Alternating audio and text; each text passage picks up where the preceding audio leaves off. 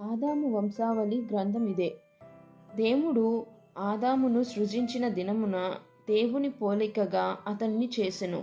మగవానిగాను ఆడుదానిగాను వారిని సృజించి, వారు సృజించబడిన దినమున వారిని ఆశీర్వదించి వారికి నరులని పేరు పెట్టెను. ఆదాము 130 ఏండ్లు బ్రతికి తన పోలికగా తన స్వరూపమున కుమారుణ్ణి కని అతనికి షేతు అని పేరు పెట్టెను. షేతును కనిన తరువాత ఆదాము బ్రతికిన దినములు 800 ఏండ్లు. అతడు కుమారులను కుమార్తెలను కనెను.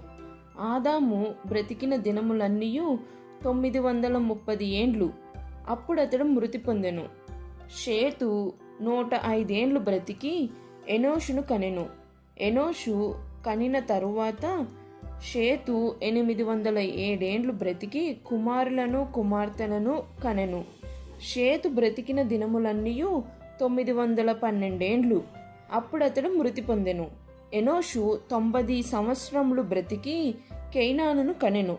కేయినానును కనిన తరువాత ఎనోషు 815 ఏండ్లు బ్రతికి కుమారులను కుమార్తెలను కనెను.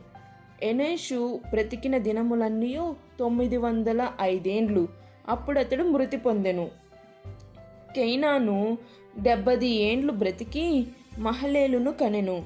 మహలేలును కనిన తరువాత కేయినాను 840 ఏండ్లు బ్రతికి కుమారులను కుమార్తెలను కనెను.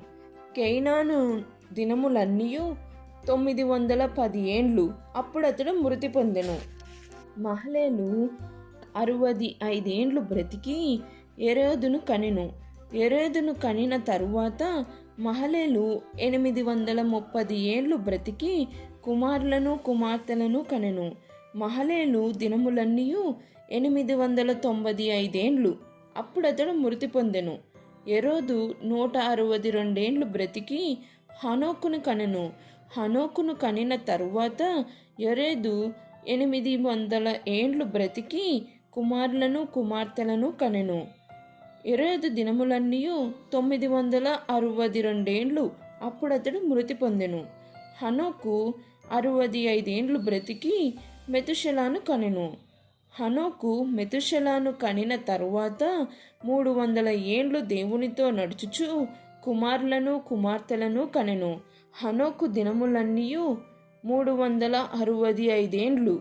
హనోకు దేవునితో నడిచిన తరువాత దేవుడు అతడిని తీసుకొని పోయెను గనుక అతడు లేకపోయెను.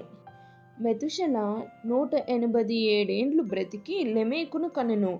మెతుషెల లెమెకును కనిన తరువాత 782 ఏండ్లు బ్రతికి కుమారులను కుమార్తెలను కనెను. మెతుషెల దినములన్నీయు 969 ఏండ్లు. అప్పుడతడు మృతి పొందెను. లెమెకు 182 ఏండ్లు బ్రతికి ఒక కుమారుణ్ణి కని భూమిని యెహోవా శపించినందువలన కలిగిన మన చేతుల కష్టము విషయంలోనూ మన పని విషయంలోనూ ఇతడు మనకు నెమ్మది కలుగచేయును అనుకొని అతనికి నోవాహు అని పేరు పెట్టెను. లెమెకు నోవాహును కనిన తరువాత 195 ఏండ్లు బ్రతికి కుమారులను కుమార్తెలను కనెను. లెమెకు దినములన్నీయు 777 ఏండ్లు. అప్పుడతడు మృతి పొందెను. నోవాహు 500 ఏండ్లు గలవాడై షేమును హామును యాపేతును కనెను.